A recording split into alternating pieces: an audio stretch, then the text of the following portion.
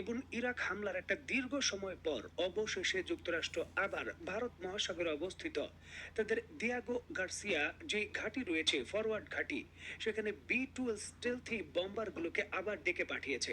Screen নিশ্চয় আপনারা দেখতে পাচ্ছেন বর্তমান পৃথিবীর অন্যতম বড় সংবাদ মাধ্যম জাপানের সংবাদ মাধ্যম দ্য ইউরেশিয়ান টাইমস এই বিষয়ে একটি পূর্ণাঙ্গ রিপোর্ট প্রকাশ করেছে যে অন্তত 4টি B-2 যে স্টেলথি বম্বার রয়েছে সেটা দিয়াগো গার্সিয়াতে পৌঁছে গেছে এবং সেটাকে কেন্দ্র করে এখন কৌশলগত পরিকল্পনা করা হচ্ছে এই যুদ্ধ বিমান ইরানের বিরুদ্ধে কি করে ব্যবহার করা হবে। আর যুক্তরাষ্ট্র এই বিষয়টি কিন্তু লুকোচুরিও করেনি। সাধারণত যুক্তরাষ্ট্র তার এই ধরনের মুভমেন্ট সম্পর্কে সম্পূর্ণ নীরবতা অবলম্বন করে, তবে এবার নিশ্চয়ই আপনি দেখতে পাচ্ছেন যখন যুক্তরাষ্ট্রের ক্যালিফোর্নিয়া থেকে এই যুদ্ধ বিমানগুলো তার লক্ষ্য দিয়াগো গার্সিয়ার দিকে উড্ডয়ন করেছে, তার ভিডিও প্রকাশ করেছে যুক্তরাষ্ট্র। ইরানের সুপ্রিম লিডার আয়াতুল্লাহ খামেনিকে 2 মাসের আলটিমেটাম দিয়ে ডোনাল্ড ট্রাম্প যে হুমকি দিয়েছে যে পরমাণু কার্যক্রম বন্ধ না করলে হামলা করব, সেই সিদ্ধান্তে যুক্তরাষ্ট্র যে অটল এবং তারা খুবই সিরিয়াস সেটা প্রমাণ করার জন্যই তারা এই মুভমেন্টগুলো করছে এবং এই ভিডিও প্রকাশ করেছে।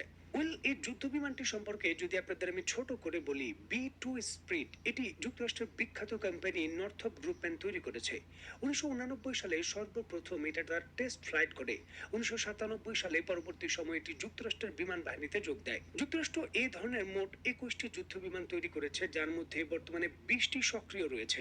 যুক্তরাষ্ট্রের দাবি অনুসারে এই যুদ্ধ বিমানগুলো সম্পূর্ণভাবে স্টেলথি। রাশিয়ার JAS-400 এবং S-300 এর আকাশ প্রতিরক্ষা ব্যবস্থা সেটা এটাকে শনাক্ত করতে পারবে না, যদিও বাস্তবতা ভিন্ন কথা বলে। যাই হোক, এই যুদ্ধ বিমানটি যে পেলোড সক্ষমতা সেটা 18,140 কেজির উপরে বা 40,000 পাউন্ডের মতো। যদি 500 পাউন্ডের বোমা হয় তাহলে 80টি বোমা বহন করতে পারবে, আর যদি প্রায় 2000 পাউন্ডের বোমা হয় তাহলে 16টি বোমা বহন করতে পারবে, আর যদি পরমাণু বোমা হয় তাহলে 8টি পরমাণু বোমা বহন করতে পারবে। দেখুন, যদি এর রেঞ্জের সক্ষমতা বলি তাহলে একবার সম্পূর্ণ রিফিলিং করে বা একবার জ্বালানি নিয়ে এটি 11,100 কিলোমিটারের পথ পাড়ি দিতে পারে। আর যদি আপনি রিফিলিং এর সুবিধা রাখেন তাহলে বিশ্বের যে কোনো প্রান্তে এটা পৌঁছতে পারে, আবার সেখান থেকে ফিরে আসতে পারে। একক ফ্লাইটে বিশ্বের দীর্ঘতম যে মিশন রয়েছে সেটা পরিচালনার রেকর্ড রয়েছে এই যুদ্ধ বিমানের। যুক্তরাষ্ট্র থেকে উড্ডয়ন করে আফগানিস্তানে বম্বিং করে আবার আফগানিস্তান থেকে যুক্তরাষ্ট্রে ফিরে গেছে। একবারের জন্য তারা মাটিতে ল্যান্ড করেনি, এই রেকর্ড রয়েছে। প্রায় 50,000 ফিট উপর দিয়ে সাবসনিক গতি মানে ঘন্টায় 900 কিলোমিটার গতি বেগে এই যুদ্ধ বিমানটি ছুটতে পারে এবং এটা পরিচালনার জন্য 2জন ক্রুর প্রয়োজন হয়। এই যুদ্ধ বিমানটি শক্তিশালী প্ল্যাটফর্ম হিসাবে যে কোনো যুদ্ধের মোড় ঘুরিয়ে দিতে পারে, সামরিক বিশেষজ্ঞরা স্বীকার করেন।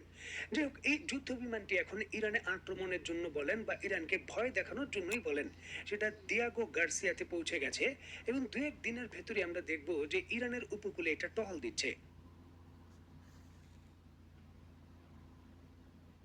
যুক্তরাষ্ট্র পৃথিবীর সব থেকে শক্তিশালী যে বোমারু বিমান রয়েছে B-2 সেটা নিয়ে এসেছে ইরানের উপকূলের কাছে হামলার জন্য। যে 2 মাসের ডেডলাইন ইরানকে দেওয়া হয়েছিল সেটা চূড়ান্ত হুমকি ছিল এটা প্রমাণ করার জন্য এবং ইরানকে কৌশলগতভাবে চাপে রাখার জন্য। এখন ইরান কি করবে? ইরান কি ভয়ে ততষ্ট হয়ে যাবে এবং তার প্রোগ্রাম শেষ করে যুক্তরাষ্ট্রের সঙ্গে যে কোনোভাবে সমঝোতার চেষ্টা করবে? ইরানের পজিশন কি হবে? দেখুন, ইরান এর বিপরীতে নতুন এই ভিডিও প্রকাশ করে নতুন বার্তা দিয়েছে। এটি ইরানের আন্ডারগ্রাউন্ড নতুন মিসাইল সিটি, যেখানে ইরান তার লং রেঞ্জের যে সকল মিসাইল রয়েছে যেগুলোর রেঞ্জ হলো 4,000 কিলোমিটারের কাছাকাছি বা 3,000 কিলোমিটারের উপরে, সেই মিসাইলের বিশাল ভান্ডার তারা শো করেছে যুক্তরাষ্ট্রকে। যে যুক্তরাষ্ট্র, তুমি তো মোটে 4টি যুদ্ধ বিমান এনেছো ইরানে আক্রমণ করার জন্য, আর আমরা কমপক্ষে 2,000 মিসাইল প্রস্তুত রেখেছি তোমাদের এই ভারত মহাসাগরের ভেতর যে দিয়াগো গার্সিয়া ঘাঁটি রয়েছে সেটাকে উড়িয়ে দেওয়ার জন্য। যদি রানওয়ে না থাকে, যদি ফ্যাসিলিটি না থাকে এবং সেগুলোকে ডিস্ট্রয় করে দেওয়া হয়, তাহলে তুমি এই ঘাঁটিগুলো ফরওয়ার্ড বেস হিসাবে কি করে ব্যবহার করবে আর কি করেই ইরানের বিরুদ্ধে শক্তিশালী হামলা করবে? সুতরাং প্রথম ধাক্কায় মাত্র তুমি 10 মিনিট থেকে সর্বোচ্চ 12 মিনিট সময় পাবে তোমার ঘাঁটিগুলোকে রক্ষা করার জন্য, যেটা তুমি পারবে না। কারণ এই দিয়াগো গার্সিয়ার ভেতর শক্তিশালী আকাশ প্রতিরক্ষা ব্যবস্থা বলতে তেমন কোনো কিছু নেই, আর যদি সেটা থাকেও সেটা প্রতিহত করতে পারবে না। ইসরায়েলের ভেতর 6 স্তরে যুক্তরাষ্ট্র বহু ধরনের আকাশ প্রতিরক্ষা ব্যবস্থা রেখেছিল। স্ক্রিনে আপনারা তার দৃশ্যগুলো দেখতে পাচ্ছেন। কোনোভাবে কিন্তু সেটা থামাতে পারেনি। সুতরাং নতুন করে ইরানের উপকূল থেকে ইরান যদি দিয়াগো গার্সিয়াতে আক্রমণ করে, তাহলে এই B2 বম্বার সহ যত যুদ্ধবিমান রয়েছে সেখানে সলিল সমাধি হবে, সেগুলো আর কার্যকর হবে না। আর এর পাল্টা জবাব হিসেবে কিন্তু ইরান তার যে দৃঢ়তা রয়েছে এবং তার অবস্থান যে শক্তিশালী রয়েছে সেটা প্রমাণ করার জন্যই নতুন এই ভিডিও প্রকাশ করলো। তোমাদের উত্তেজনার পারদ এখন তুঙ্গে, দুই দেশই প্রস্তুত নিচ্ছে কৌশলগতভাবে একে অন্যের বিরুদ্ধে লড়াই করার জন্য। এখন দেখার বিষয় কোথাকার পানি কোথায় গিয়ে গড়ায়। তো বন্ধুরা, আজকের মতো বিদায়। নতুন কোনো ভিডিও নিয়ে আবার দেখা